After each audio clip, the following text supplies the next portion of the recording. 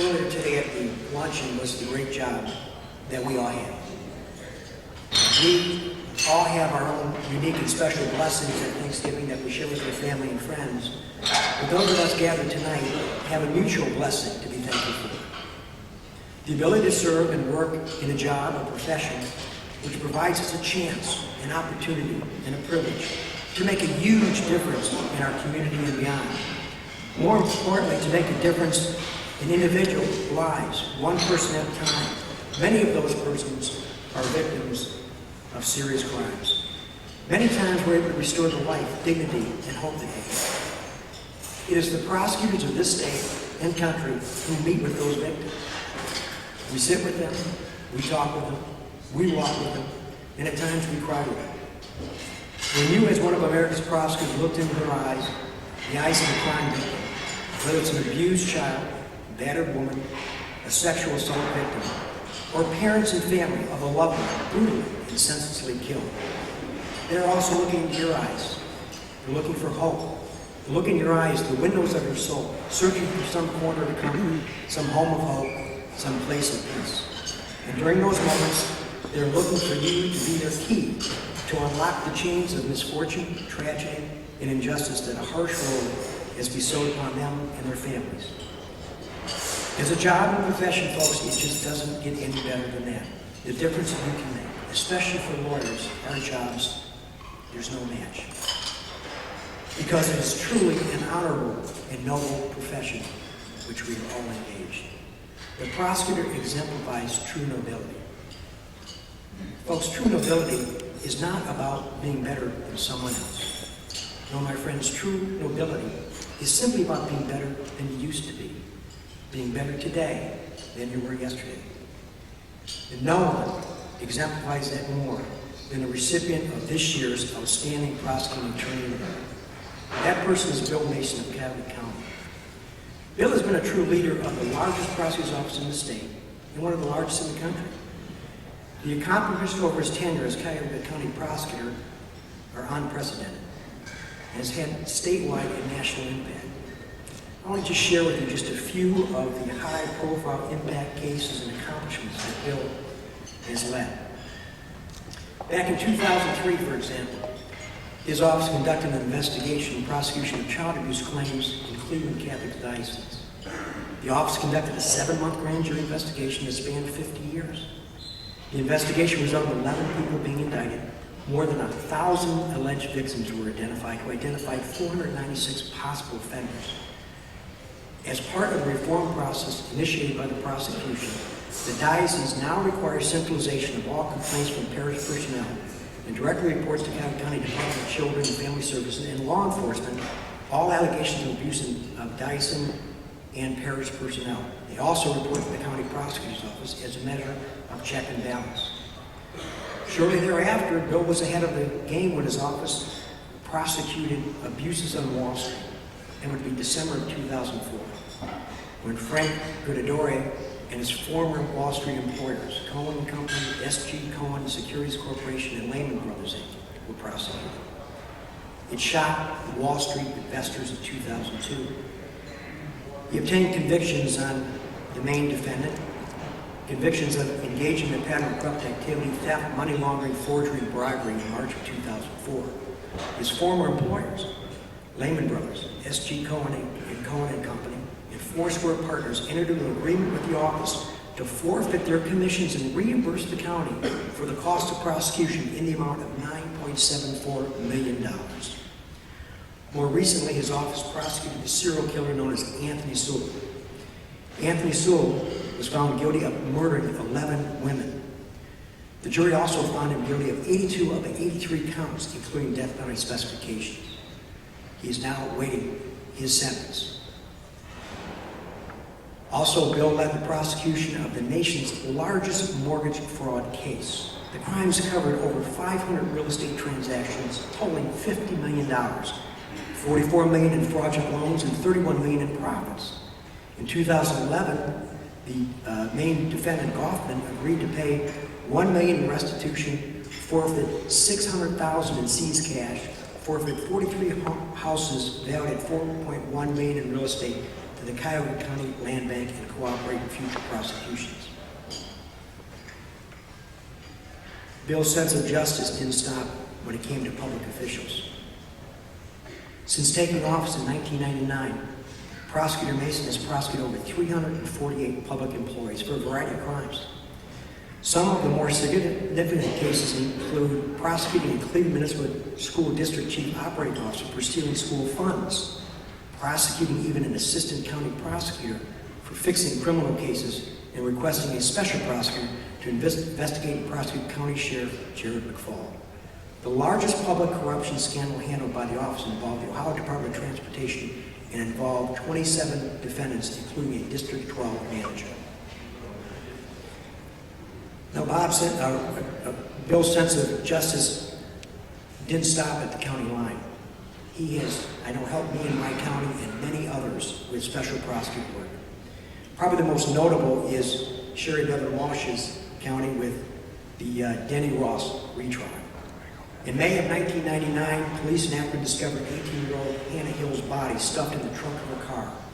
Ross was indicted and tried in Summit County for murdering and raping Ms. Hill. In 2000, the case ended in mistrial due to jury misconduct during deliberations. Cuyahoga County Prosecutor Bill Mason was appointed as special prosecutor for Summit County in 2001 to retry the case. Probably didn't realize it was going to take this long. In 2002, trial judge Serena ruled in Ross's favor and barred retrial on double jeopardy grounds. The Cuyahoga County Prosecutor's Office appealed, and the 9th District Ohio Court of Appeals reversed the trial decision in December of 2002. In 2004, though, Ross filed a petition to writ habeas corpus. On August 22, 2005, Federal District Court Judge Dow agreed with Ross's double jeopardy argument and again barred a retrial of his case. The state appealed.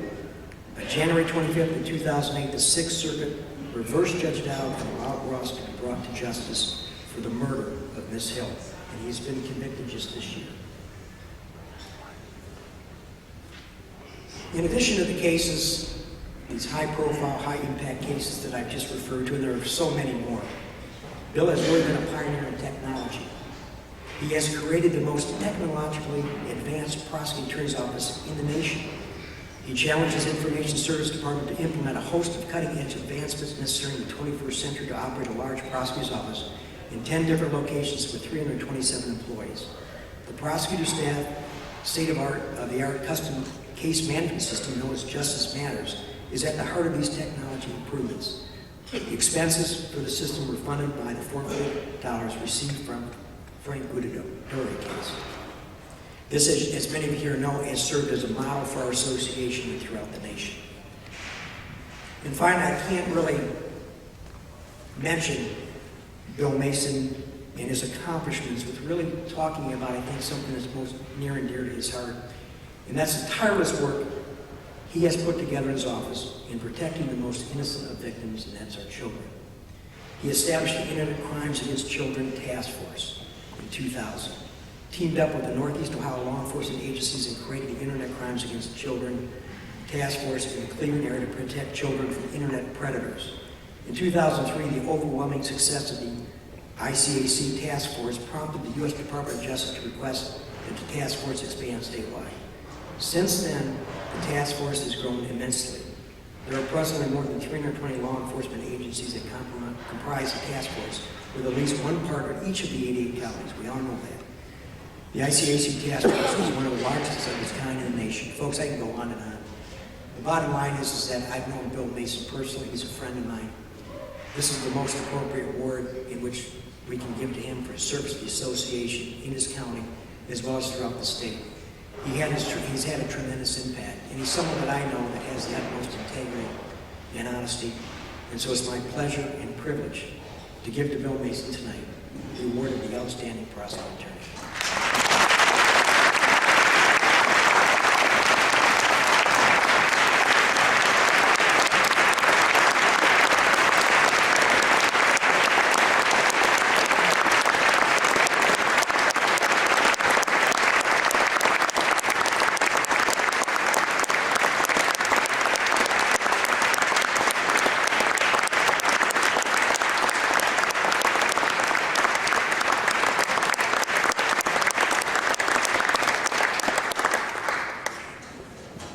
Well, thank you. That was very nice, Kevin. I appreciate the kind words, but I must say that those successes don't come as a result of one person. Up in Cuyahoga County, we have a huge staff. We have 220 lawyers working in our office to do the work that Kevin had just described, and some of my staff is here today, and certainly, but for them, those accomplishments would never have been had. So thank you all. It's been really.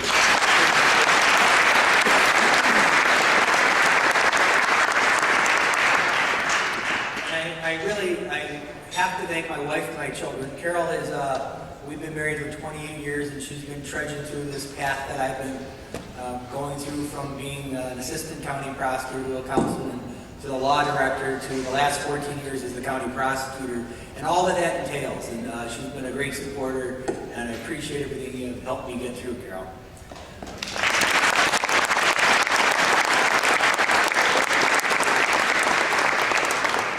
More importantly, it's just really an honor.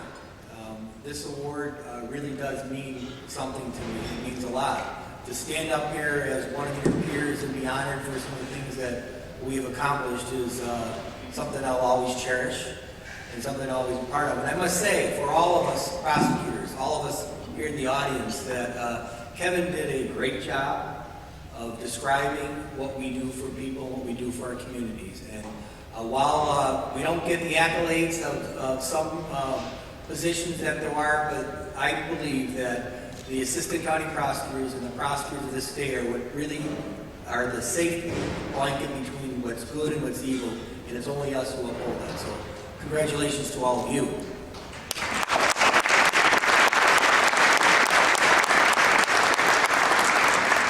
And I'll be really quick and short here, but I must tell you that for those who are the elected prosecutors, it's the greatest job a lawyer can have.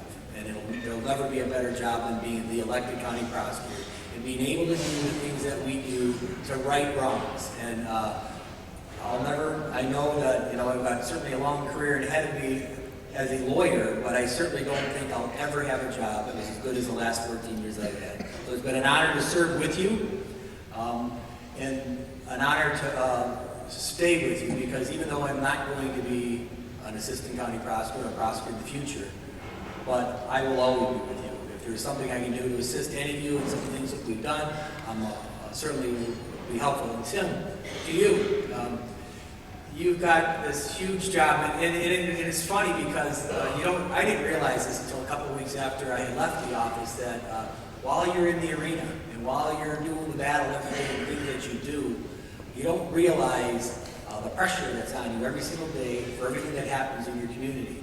And now that I've been gone for a little bit, it's like, wow, you just didn't realize what we were under and what you were asked to do every single day. So I wish you the best. I hope that you follow your heart and make the judgments of what your heart tells you to do. And if you do so, you will have as great a success as any of the prosecutors in this room. So good luck to you. And thank you all very much for this award. I'll cherish it forever. Thank you.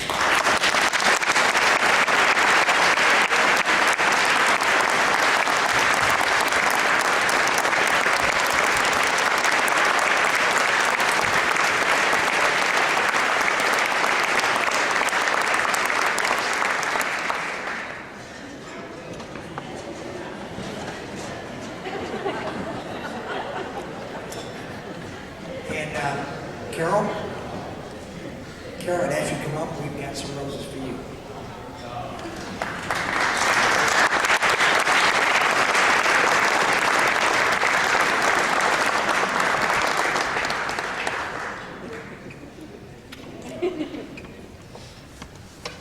Now I'd like to have Dennis come back up and make a couple more moves.